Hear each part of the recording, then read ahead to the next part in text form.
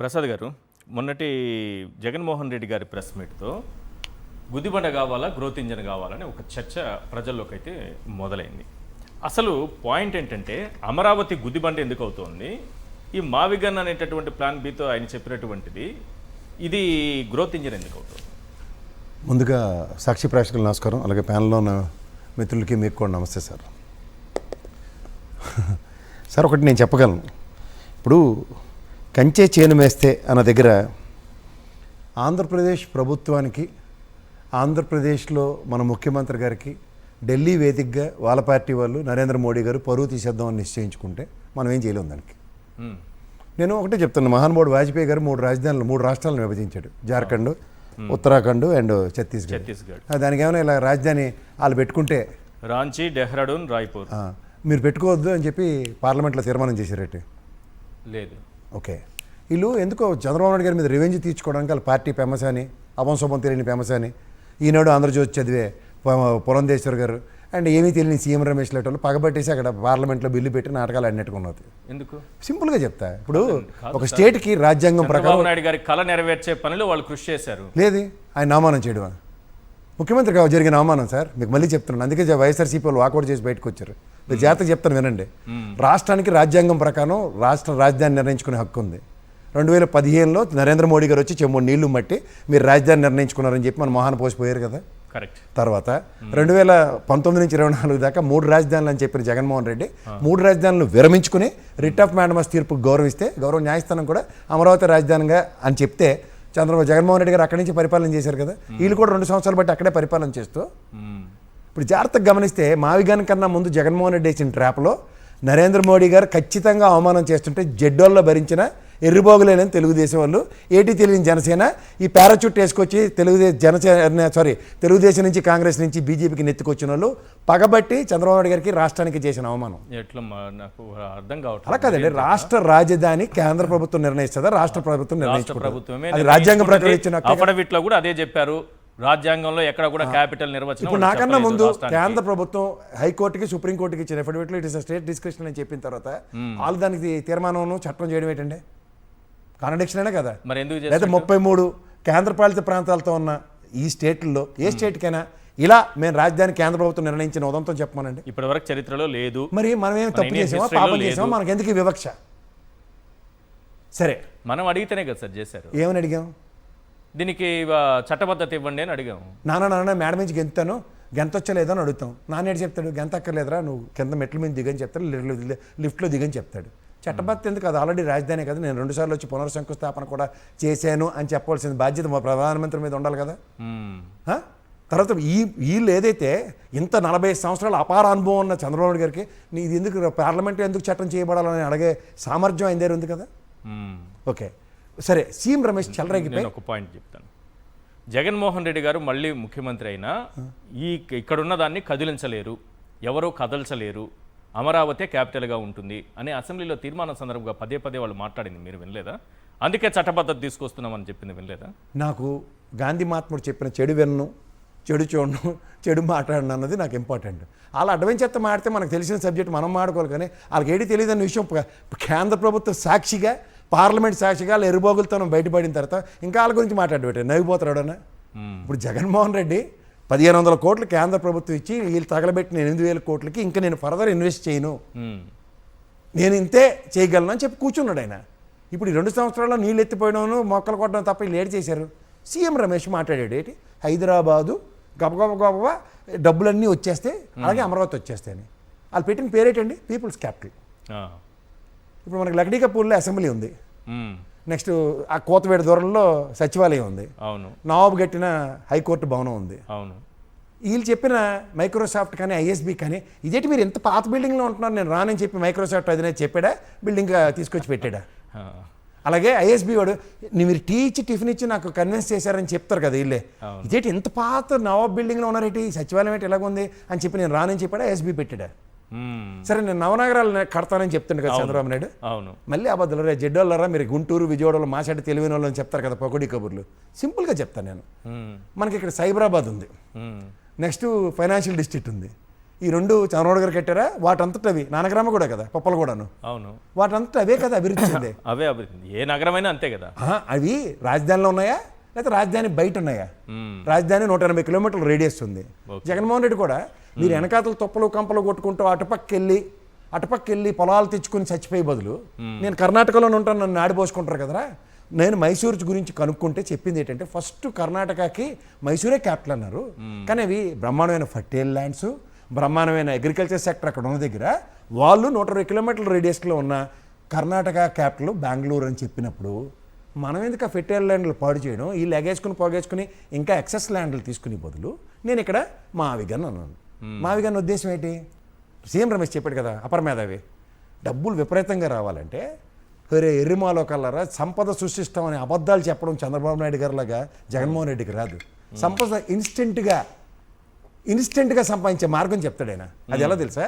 ఇప్పుడు మీరు చెప్పిన Machilipatnam, the oldest city in Andhra Pradesh, British వాళ్ళ కాలం నుంచి చూసుకుంటే.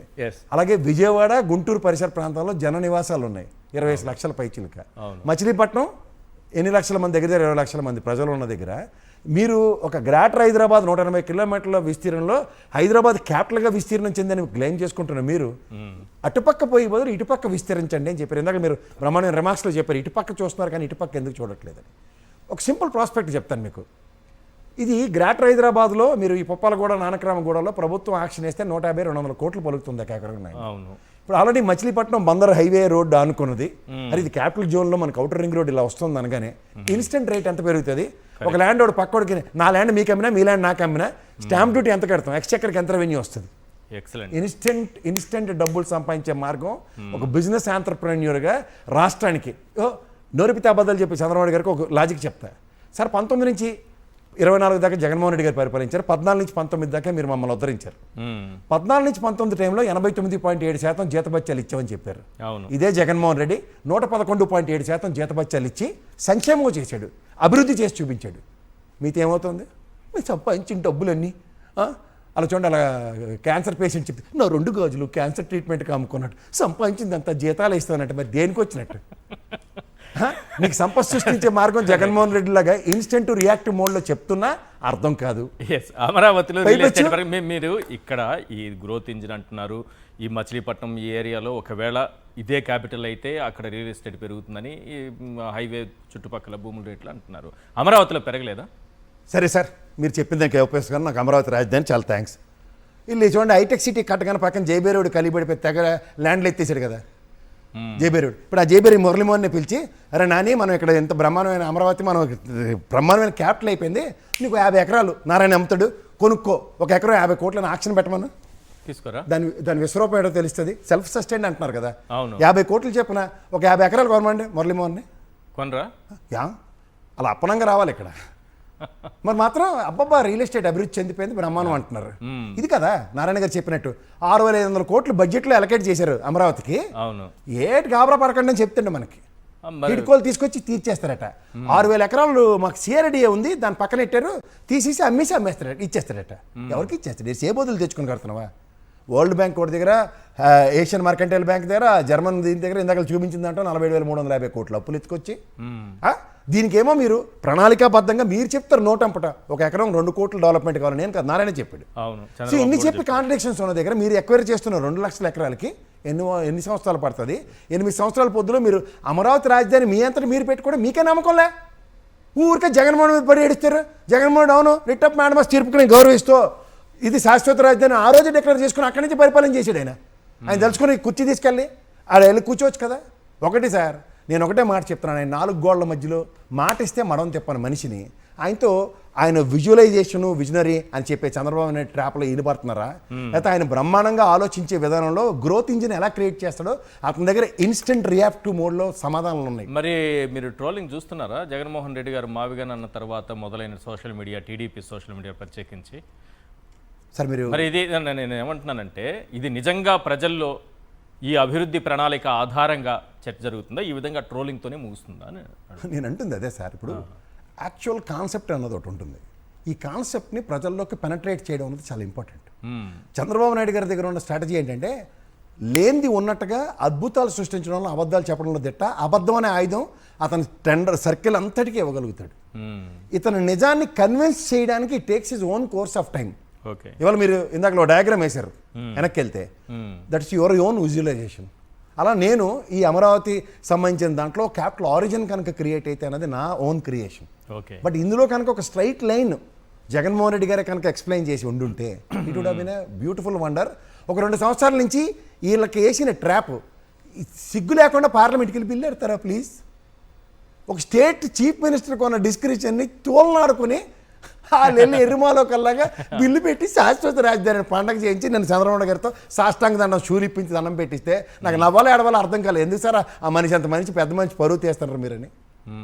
మీరు ఆలోచించండి లాజిక్గా. ఇక్కడ ఏర్పడిన జార్ఖండ్కి కానీ ఉత్తరాఖండ్కి కానీ 33 రాష్ట్రాలు ఇంక్లూడింగ్ కేంద్రపాలిత ప్రాంతాలతో వాళ్ళ క్యాపిటల్ వాళ్ళు డిసైడ్ చేసుకుంటే మనమేం సార్ ఏమైనా అంటరాని వాళ్ళమా? ఇంత వివక్ష ఆంధ్రప్రదేశ్ అంటే. నేను ఎప్పటి నుంచో మారుతూ ఉంటాను శాశ్వత గజెట్ తిండి చేతనైతే అని. ఆ ట్రాప్లో పడ్డారు వాళ్ళు. ఎర్రోళ్ళు వెళ్ళి తెచ్చుకొని వచ్చారు. అరే ఎందుకు అది ఎవరికి ఉపయోగం అది? అలానే అమరావతి శాశ్వత రాజధానిని రిట్ ఆఫ్ మ్యాండమస్ తీర్పుగా మనకు వస్తే కూడా అంటే వీళ్ళు చట్టాలు వ్యవస్థలు వీళ్ళు నమ్మరు. ఎవరిని పక్కదారి పట్టిస్తున్నారు వీళ్ళు? పార్లమెంట్లో అందరూ ఫేమస్ అని ఇంగ్లీష్ మర్చిపోయి తెలుగులో దీపాడు. సీఎం రమేష్కి ఎలాగో ఎయిట్ రాదు కాబట్టి అబద్ధబద్ధం ఇంగ్లీష్ కాబట్టి తెలుగులో కలిపడిపోయి జగన్మోహన్ రెడ్డి మీద అంతులేని కథ జయప్రద సినిమాలో చూసారా మీరు? దానికి వెళ్ళవద్ద జీవితంలో. అలాగే వీళ్ళకి కూడా అమరావతి ఎప్పటికైనా కంప్లీట్ చేస్తారా? వీళ్ళ దగ్గర విజన్ అడుగుతున్నాడు. జగన్మోహన్ రెడ్డి దగ్గర ఉన్న విజన్ ఏంటి? ఇది ఎప్పుడు, ఎందుకు, ఏమిటి, ఎలా, ఏం చేస్తారో చెప్పండి అంటే వీళ్ళ దగ్గర ఆ స్టోరీ లేక, ఎందుకంటే ఆశకవిత్వం రాదు కదా. ఇది ఆడపిల్లల్ని కొట్టిసారు తెలుసా? అప్పుడు వచ్చింది ఎవరు? మహిళా కమిషన్ సెంటర్ నుంచి వచ్చి వాయినాలు అట్టుకుని పోయింది కదా. అని మాట్లాడిందా? నిజంగా కొట్టారని చెప్పిందా? సేమ్ రఘురామకృష్ణరావు జరిగి కదా కాలక్షేపమే. నన్ను కొట్టిశారని. వాస్తవానికి దగ్గరగా నిజంగా చెప్తున్నాను, అమరావతి 34,000 ఎకరాల రైతుల త్యాగానికి ఫ్లోర్ ఆఫ్ ద హౌస్లో ఏ పార్టీ వాడు నిలబట్టినా సార్ మీకు రాజధాని లేదా అని అవమానం చేస్తుంటే ఎర్రోళ్ళ అవును మా చంద్రబాబు నాయుడు గారు 2015లోనే చేసి మా నరేంద్ర మోడీని తీసుకొస్తే మాకు రాజధాని లేపడం ఏంటి? దానికి నిధులు అడుగుతున్నాం, నిలబడి ఎవడన్నా అడుగుతాడేమో అని చూస్తుంటే అది తప్ప. సినిమాలు చూడండి, ముసుకేసుకుని మనతో బౌండరీస్ అయినా చెప్పారా? కనీసం బౌండరీస్ అయినా చెప్పారా? ఇక్కడ వరకు ఈ పరిధి ఇది అని అమరావతి పరిధి. నేను చెప్తుంది అదే కదా. మైక్రోసాఫ్ట్ అధినేత వాళ్ళే తెచ్చారని చెప్తారా? ఎస్బీ వాళ్ళే తెచ్చామని చెప్తారు. ఇక్కడ ఉన్న స్టేట్ బౌండరీస్ చూసి వచ్చాడా? లేదా అక్కడ ఆ ఫ్రీ ల్యాండ్ ఇవ్వండి, మీరు ప్రభుత్వ తరఫున ఏ ఇన్ఫ్రాస్ట్రక్చర్ నాకు ఇస్తారో దానికి అనుగుణంగా నేను కడతారని చెప్పాడా? లేకపోతే వీళ్ళు చెప్తున్న నవనగరాలు మనంతటా మనం స్వయం కృషి 20 సంవత్సరాల ప్రస్థానంలో మనం నిర్మించుకున్నామా? వీళ్ళు కట్టారా? ఆ లాజిక్ కూడా తెలియకుండా ఎవరికి చెప్తారండి విజనరీ లీడరు? నేనే హైదరాబాద్ కట్టాను, ఈయనవాడు ఎరుడైతే చెప్పాడు. 400 ఏళ్ళు చరిత్ర ఉన్న హైదరాబాద్తో మావిగా ఉపయోగాలు ఏమైనా ఉన్నాయని అనుకుంటున్నారా? చెప్పండి. కడుపుకి అన్నం తిన్నోడికి అయితే అర్థమవుతుంది, తిన్నోడికి ఏం అర్థం అవుతుంది? నేను ఇందాక చెప్పాను స్మాల్ ఇష్యూ ఇది. గ్రేటర్ హైదరాబాద్ 180 కిలోమీటర్ రేడియస్లో ఎక్కడైనా మీరు 10 కోట్లు తక్కువ ల్యాండ్ ఎకరం అవడం చూపించండి. అలా ఇవాళ మచిలీపట్నం ఆ రేడియస్లో ఇది గ్రేటర్ అమరావతి అన్న కాన్సెప్ట్ జగన్మోహన్ రెడ్డి గారు చెప్పింది. మీరు అమరావతి క్యాపిటల్ కాదని ఏమంటలేదు, మీరు జాగ్రత్తగా గమనించండి. అమరావతి రేడియస్ని ఎన్హాన్స్ చేయమంటే ఇటుపక్క వచ్చి అటుపక్క పొలాలు కొంపలు కొట్టుకొని చావకండ్రే, ఇటు వచ్చి తగలడండి. ఇక్కడ ఎగ్జిస్టింగ్ పీపుల్ ఆర్ దేర్. ఇప్పుడు వాణిజ్య పంటలు ఉదాహరణకి మిర్చి కానీ పత్తి కానీ ఇలాంటివి పండుతున్న గుంటూరు సామర్థ్యంలో బందర్ పోర్ట్ ఓపెన్ అయ్యి ఎక్స్పోర్ట్ మాడ్యూల్ క్రియేట్ అయింది అనుకోండి. That's what the visionary and anticipations of futuristic leader ఎలా ఆలోచిస్తాడో ఆయన ఆలోచిస్తున్నాడు. సింపుల్ హైదరాబాద్తో కంపేర్ చేసుకుంటే రామోజీ ఫిలిం సిటీ టు మనకి పటాన్ చెరు అంతే కదా, మచిలీపట్నం టు గుంటూరు అనేది. మరి ఇది కాకుండా ఎక్కడో నేను ఊరవతలు ఇంకెక్కడో పొలాల్లో కడతాను రాజధాని మైసూర్లాగే. మైసూరు కడతానంటే బెంగళూరులో తెలివి ఉన్న వాళ్ళు కాబట్టి దక్కర్లేదు బెంగళూరుకి వెళ్ళిపోదాం అన్నారు. Capital is not confined. Confined Bengaluru territory. వాళ్ళకున్న సచివాలయం కన్ఫైన్ అయింది, వాళ్ళకున్న అసెంబ్లీ కన్ఫైన్ అయింది, హైకోర్టు కన్ఫైన్ అయింది. కొత్త భవనం కట్టుకున్నారు, ఎవరు కాదన్నారా? అలాగే మీరు కొత్త భవనం కట్టండి ఎప్పుడు ఫైనాన్షియల్ ఎబిలిటీ జేబు పట్టుత్వం ఉన్నప్పుడు. అదేంటంటే కొత్త మాకు ఇన్ని స్థానాలు ఇంక్రీజ్ అయిపోయి ఇక్కడ 163 263 అయిపోయి 175 నుంచి ఈ సాలట్లేదు కొత్త కడతాం అని చెప్పండి. అలా లాజిక్కే లేకుండా మరి మావిగానికి నిధులు అవసరం లేదా డెవలప్ చేయడానికి? దేనికి నిధులు? ఇప్పుడు ఆల్రెడీ మీకు మిలియన్ టవర్స్ లాంటి బిల్డింగ్లు ఉన్నాయి హైదరాబాద్. ఇప్పుడు మీరు అమరావతి అని చెప్పి రాత్రి తట్టబొట్ట సర్దుకుని పోయారు కదా, అప్పుడు ఏ బిల్డింగ్లు ఉన్నాయని ఎక్కడ పరిపాలన సాగింది? అమరావతిలో సచివాలయం హైకోర్టు భవనం ఇవన్నీ కట్టిదాకా అక్కడ పరిపాలన ఆగిపోయిందా నడిచిందా? నడిచింది. మరి ఎవరికి చెప్తారు సార్ ఈ అరికథలు? పక్కా బిల్డింగ్. అప్పుడే కరోనా వచ్చి చచ్చిపోయారు అందరూ, హార్మోనియం పట్లు పట్టుకుని ఇంటికి వెళ్ళి పనిచేయలేదు. వరల్డ్ జనరేషన్ ఆఫ్ రెవెన్యూ ఎక్కడైనా ఆగిందా సాఫ్ట్వేర్ రంగంలో? లేదు.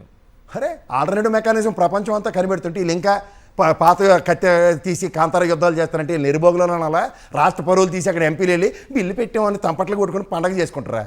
మరి 2 ఉంటాయి, ఒకటి నిజం ఒకటి అబద్ధం, లేదా 2 నిజాలు ఉంటాయి ఎక్కడైనా. 14 నుంచి 19 దాకా అమరావతి అని చెప్పి మీరు మమ్మల్ని మోసం చేశారు. ఇప్పుడు ఈ బిల్లు కనుక నిజమైతే ఓహో, అప్పుడు మోసం చేసినట్టు అవుతుందా? మరి అదే కదా, అప్పుడు నిజం అనుకోండి. అప్పుడు నరేంద్ర మోడీ వచ్చాడు కదా, మళ్ళీ రెండోసారి నరేంద్ర మోడీ రెండుసార్లు మోసం చేస్తాడు నరేంద్ర మోడీ. ఓసారి మీరే చెప్పారు మరి నీళ్లు మట్టి ఇచ్చాడు, రూపాయి ఇవ్వలేదు. రేపు ఎవరన్నా వచ్చి అమరావతి క్యాపిటల్ కాదంటే, ఎవరు వచ్చి అమరావతి క్యాపిటల్ కాదంటే అందులో చట్టం చేస్తున్నాము అలా కదండి. ఈ చట్టంకిను గౌరవ న్యాయస్థానం వచ్చింది. ఇప్పుడు మీకు ఆస్తి తగ్గు ఉందండి, మీకు నాకు కోర్టు ఒక వెరిడిక్ట్ ఇస్తుంది. సుప్రీంకోర్టుకి వెళ్ళి చట్టం చేస్తారు, అప్పుడు ఒకసారి పార్లమెంట్కి వెళ్ళి చట్టం చేసుకొస్తాను, మీ తీర్పు చల్లదని మీరు ఏమైనా చెప్తారా? మీరు చెప్తారా చెప్పరా? వాళ్ళు చెప్తారు, వాళ్ళు ఎర్రిబోగులు కాబట్టి. ఇండియన్ కల్చర్ ఏంటో తెలుసుకుంటే పెమ్మసాని గారు అర్థమవుతుంది. చంద్రబాబు నాయుడు గారికి సీఎంగా ఒక చట్టం చేయడానికి ఎన్ని అధికారాలు ఉంటాయో, రేపు ఆయన కాకుండా ఎవరు కూర్చున్నా ఆ సీట్లో వాళ్ళకి అన్ని అధికారాలు ఉంటాయి. కానీ ఇక్కడ కాంట్రడిక్షన్. కానీ చంద్రబాబు నాయుడు గారికి ఈ ప్రపంచంలో ఎవరికి లేని అధికారాలు ఉన్నట్టు ఈయన చట్టం చేశారు కాబట్టి ఈ చట్టం ఇలాగే ఉండిపోతుంది, ఇంకా ప్రపంచంలో ఎవరు దీన్ని కదిలించలేరంటే, రాజ్యాంగంలోనే సవరణలు చేసుకుంటూ ఉంటే చంద్రబాబు నాయుడు గారి తీర్మానం ఏం పని నేను చెప్తుంది అదే సార్. అదే లాస్ట్ టైం అక్కర్లేని ఏదో చేశారట కదా, ఇప్పుడు కూడా అక్కర్లేదు ఇంకోసారి చేయండి అంటారు, రాజధాని మారుస్తానంటే. వాళ్ళకి పని పట్టు ఎలా ఉండదు కదా బీజేపీ వాళ్ళకి. మీ పని ఉన్నోడనే నిన్న అంతసేపు విలువైన 2 గంటల పార్లమెంట్ సమయం, నేను రాజ్యసభలో 4-5 గంటల సమయం అంతసేపు వేస్ట్ చేస్తారా? తీసుమార్కాలను అందరూ కూర్చుని ఉంటారు కదా అక్కడ. అసలు రాజధానికి చట్టం దేనికి రా భయ్, నాకు అర్థం కావట్లేదు.